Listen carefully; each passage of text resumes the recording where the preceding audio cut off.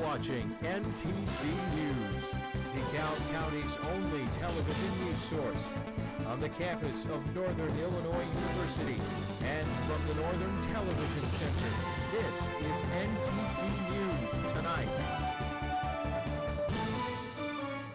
The national stage that NIU has been working on may be getting bigger. Good evening, I'm Jessica Holloway, and thanks for joining us. And I'm Taylor Burl. The national spotlight has been shining on the NIU athletic program and the nationally ranked Huskies football team. Now another chapter is opening. For the first time, the team is practicing in the new multi-million-dollar Chessick Center. Erica Burgess has more from the Chessick Center. A big step here at NIU for the athletic department. After years of planning and months of building, the football team finally got to practice here at the Chessick Practice Center. The Huskies took the field for the first time because of the cold weather yesterday. Things only getting bigger and better from here. The grand opening will begin at 11:30 on Saturday before the game against Eastern Michigan. Come on out and check it out before the game. After they cut the ribbon, hang around for a while. They're going to have an open house from 12 until 2. From the Chessick Practice Center, I'm Erica Burgess, NTC News. Thanks, Erica. That place looks great.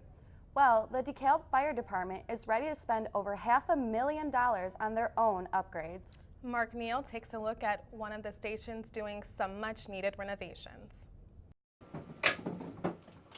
Meet DeKalb firefighter David Deal. He's one of 4 firefighters living at Station 2, having to pull out the kitchen table in order to sit down and eat due to cramped space. While Fire Station 2 was originally built just for 1 firefighter, the last 3 years it's been home to 4 and sometimes even 5 firefighters. It's just difficult. You know, you're stepping on top of each other. There's not a lot of room for personal belongings. A $250,000 expansion that will add more than 1,200 square feet will hopefully solve some problems. I'm here in the bunk room where the firefighters sleep, and you can see how small of an area this is, with 2 beds and only a curtain dividing each one. The expansion is adding a brand new sleeping quarters with separate rooms for each person and connect a workout facility, which is one separate from the station and originally a dog pound. It will also add bathrooms after previously having just 1.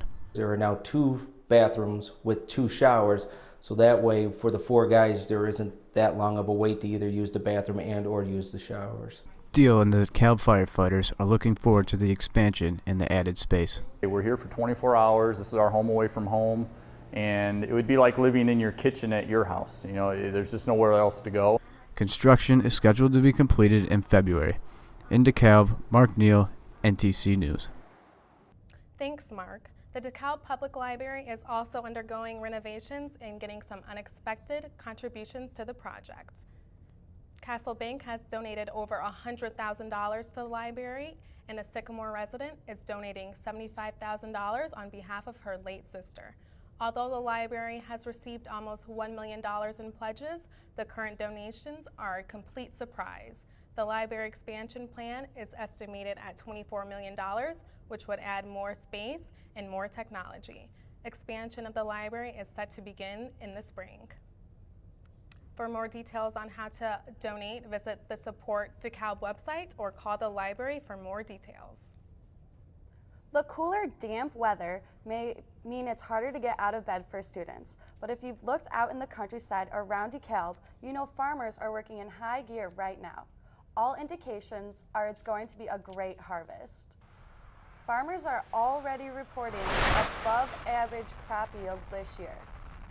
Though there has been other challenges, the flow of information from the U.S. Department of Agriculture that provides estimates on prices was cut off due to the shutdown. Corn prices are expected to be low because there is more corn.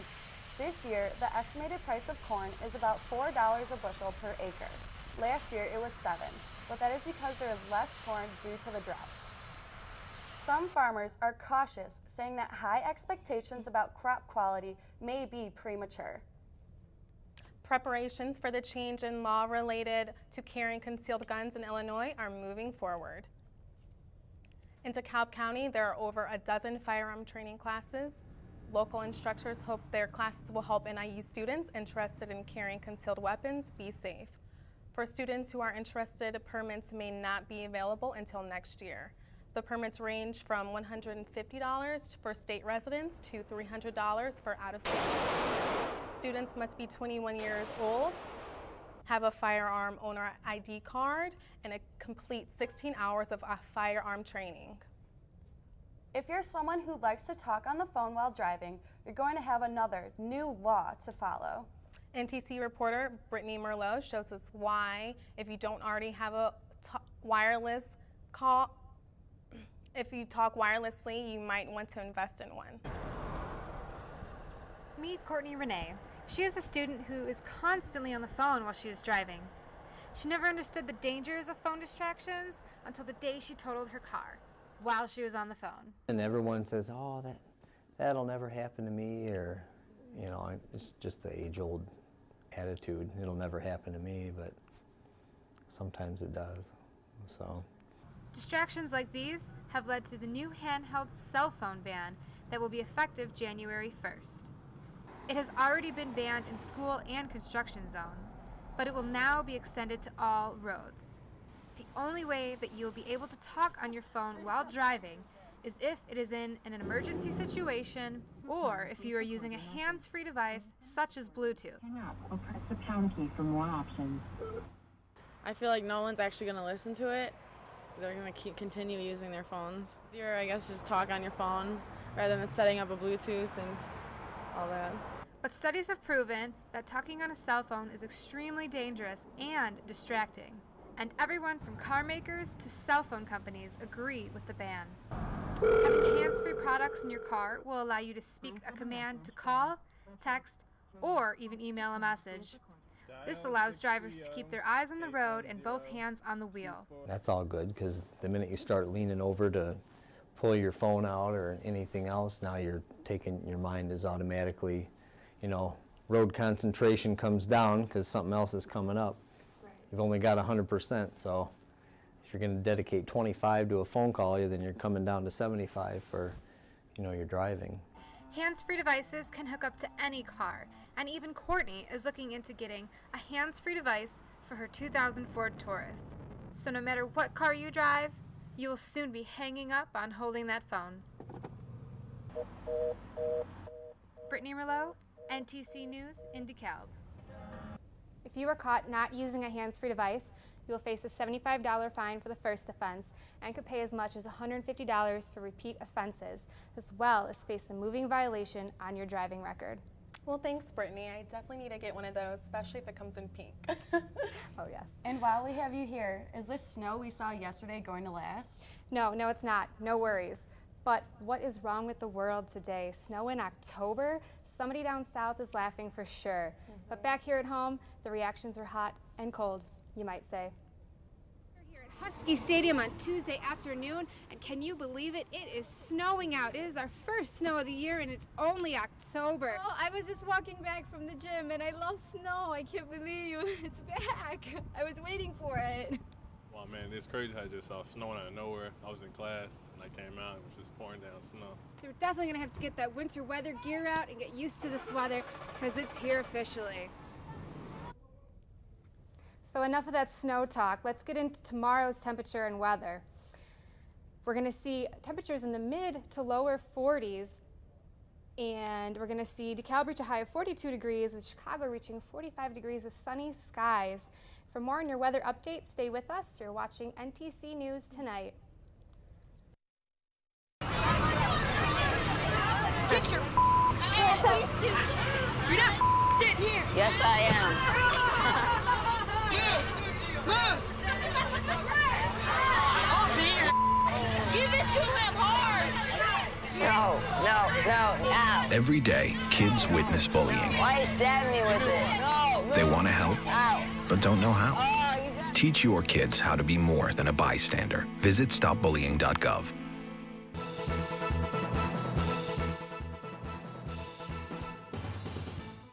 Welcome back. I know yesterday was crazy with all the snow that we saw. I can't believe it came so early. But today the sun did come out and we saw a high of 44 degrees. And tonight we're going to see a low of 29 degrees. Now that is about 10 degrees below our normal temperatures this time of year. So it definitely is chilly, and this is why. We have this cold air pocket coming down from Canada that's just lingering in our area and leaving us with these temperatures in the 40s, which we're not used to at all. Tomorrow, though, we are going to have a high in our area as this moves closer throughout to Friday. We're going to see clear skies for the rest of the week, sunny, everything. It should be good. No more snow in the future this week. Tonight, the clouds are going to roll in. We're going to see a low of 29 degrees. Winds will be pretty calm. Tomorrow, sunny skies, high of 42 degrees. I know that is still pretty cold as the winds are going to pick up to 15 miles per hour. It's going to feel a little bit colder than 42 degrees, so we're going to have to wear those mittens again, unfortunately. Tomorrow night, partly cloudy, low of 25. Now this is the lowest temperature that we've seen all week so far. So if you thought previous nights were colder, tomorrow night's going to be even colder. Looking at my 5-day forecast, Thursday, sunny skies. The temperatures remain in the 40s. They're going to continue to stay cold as that cold air pocket remains here. Friday, we'll see gusts up to 15 miles per hour. So Friday will feel just as chilly as Thursday, even though it is technically warmer. Moving on to Saturday and Sunday into the weekend, we're going to see sunny skies, temperatures in the mid to lower 50s as the temperatures drop down to 33 and 35 at night. So if you're going to any haunted houses, definitely bundle up as you're waiting in those lines. It's going to be cold. Monday, temperatures are going to go up a little bit, but we do have a possibility for some rain, and that's hopefully those temperatures keep going up all week and that rain clears away. And that's it for weather. Let's send it back to the desk.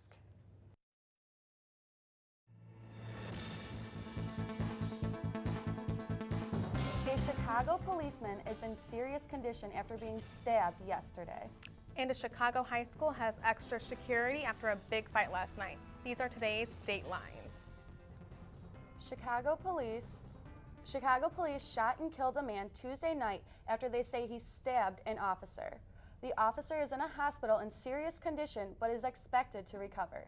It happened when officers were at a home answering a call about a person with a knife and heard screaming inside. Extra security is being added to Julian High School on Chicago's south side. About 30 students brawled at the school last night. Police say the students are forced charges of mob action. Opponents of gay marriage are in Springfield lobbying against the legislation. Various churches from across the state are chartering buses to take gay marriage opponents to a rally sponsored by the Illinois Family Institute. It follows yesterday's March on Springfield protest by gay marriage supporters. Legislation that would stiffen sentences for gun crime is getting a boost from U.S. Senator Mark Kirk. The measure would require a 3-year prison sentence for illegally packing a loaded gun. And that's today's State Lines. The wildfire in Australia is continuing to grow. And the smog in China has forced many of their main businesses to close. Here's what's happening in today's World Watch. A line of wildfires is now stretching across nearly 1,000 miles in New South Wales, Australia. One of the most affected areas has been the Blue Mountains, west of Sydney. The rough terrain there has hampered efforts to put out the fires. Firefighters have brought in helicopters. More than 70 fires are raging out of control. In northeastern China, the smog has been so bad lately that schools, major roads, and an airport have been forced to close. In one city, the visibility was less than 65 feet. People have resorted to wearing masks over their mouths as they would have walked in the province. Some drivers who've braved the roads flash hazard lights. The Food and Drug Administration says it has gotten thousands of reports about pets getting sick after eating jerky treats. The FDA is warning veterinarians to be on the lookout. They say most of the offending treats come from China, but there isn't one particular brand to watch out for. Britain's royal baby is making history today. 3 months after Prince George was first shown to the world, the first child of Prince William and wife Catherine was baptized this afternoon by the Archbishop of Canterbury in a small private ceremony. And that's today's World Watch.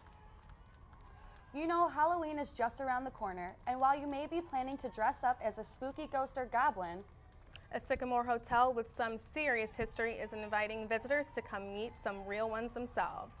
Inside the 815, Lindsay Deal has the story on the Jane Fargo's Hotel's haunted tour and whether everyone believes it.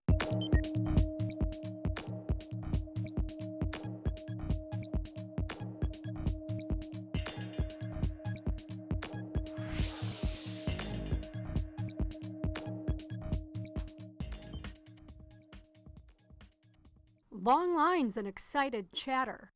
These local thrill seekers are on a haunted tour of the Jane Fargo in Sycamore, where some believe this hotel, built in the 1920s, hosts more than just out-of-town visitors. This is Mark Dorset. He says he's a psychic medium who can communicate with those who have died in this hotel years ago. One being Mary Whitmore, who once lived in the mansion that the hotel was built around. She stayed around, she was social, so she just kind of made herself a permanent guest. She was said to have died in what is now the bridal suite, where a picture of her hangs. The other is John Maloney, an alleged hotel worker who Mark believes was pushed down this set of stairs by a hotel guest. And he still, to this day, he works the hotel. He goes around, and in his mind, he'll be bussing tables, or if someone will come into the front desk, he'll want to help with the bags, or he'll want to do whatever he can in his job as a porter. Unfortunately, nobody else really sees him. Jay Rippey and his wife Jennifer say they don't know if they believe in ghosts, but they did experience something unusual on this tour. My wife, she caught a photo of it. It was from the back of this gentleman, and it looks like this white light is coming from the back of his head. Though some hotel guests and staff members report out of the ordinary activity, like unscrewed light bulbs or messing with office electronics, there are some who still aren't that convinced. Courtney Weber has been working here since the 1970s, and she says nothing too spooky has ever happened to her, though she's been looking and waiting. I don't not believe, I just haven't seen a thing, so who knows? To believe or not to believe, the ghost activity at the Jane Fargo Hotel may remain a mystery forever. And the owner, Rachel Bauer, says either way, it's nice to get both new and old visitors back into this hotel with a long line of history. One of my favorite things to do is to talk to people who've been here for a long time, because they'll tell you great stories about their history here at the property, and that's really incredible. And I'll often pull up a chair and say, I'm sorry. And they're like, no, and they're very excited to just to share their stories. Lindsay Deal in Sycamore, NTC News Tonight. Yikes! If you're wanting to see it for yourself, the Jane Fargo Hotel will be hosting another haunted tour on October 30th, the day before Halloween.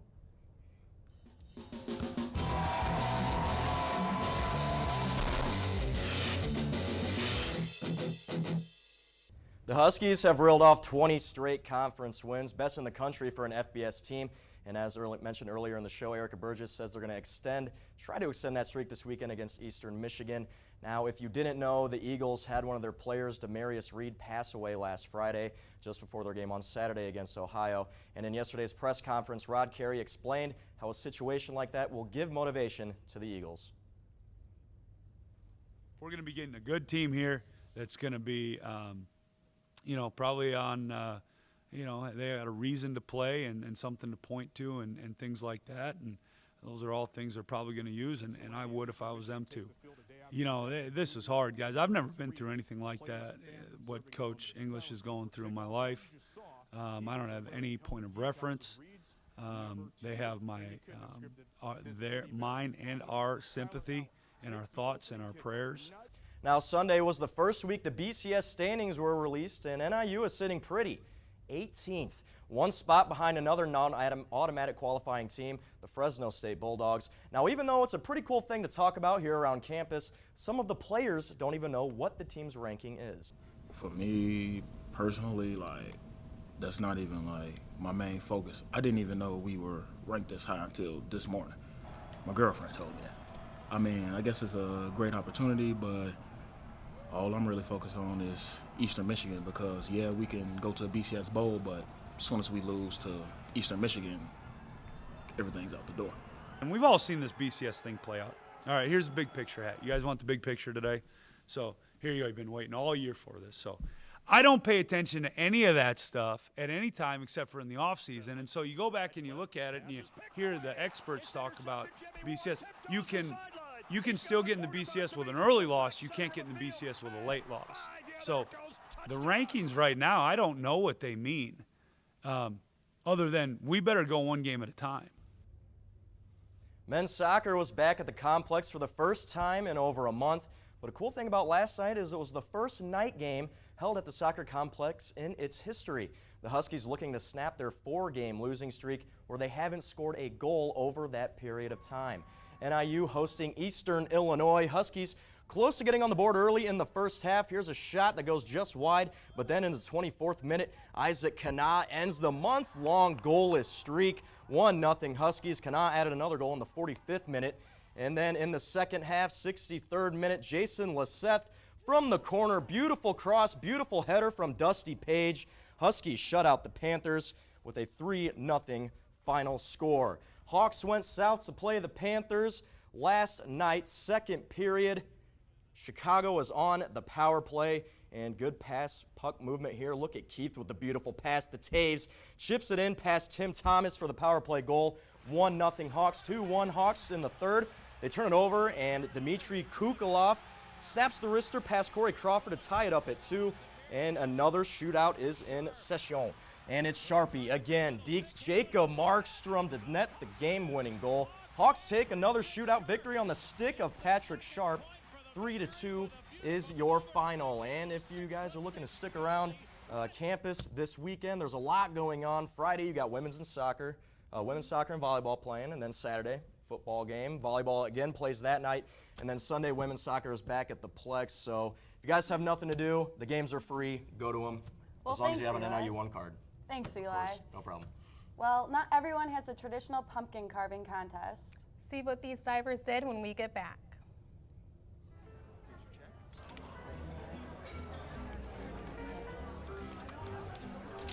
Oh, you got it. You know, since I got rid of my car, I really enjoy walking. Okay. God, no. Getting pulled over for buzz driving could cost you around $10,000 in fines, legal fees, and increased insurance rates. Oh, you're home early. You live with your mom? That'll set your game back a few years. Buzzed, busted, and broke. Because buzz driving is drunk driving. A resort on the coast of Florida held an unusual pumpkin carving contest. 30 divers dived 30 feet in the Florida Keys National Marine Sanctuary seafloor with knives in their pumpkins. This task was not so easy because pumpkins naturally stay afloat, so the divers had to find a way to keep them from floating away while they were carving them. Wow, that's pretty cool and different. Yeah, I don't think I could have done that at all. I can't even do that, when it's even out on the back porch. I don't think I can, so. For 24-hour news here in DeKalb, you can like us on Facebook or follow us on Twitter at Northern Television Center. We want to thank you all for being with us today. Enjoy the rest of your evening. We'll be back the same time Monday. Thanks for watching. Goodbye, everyone.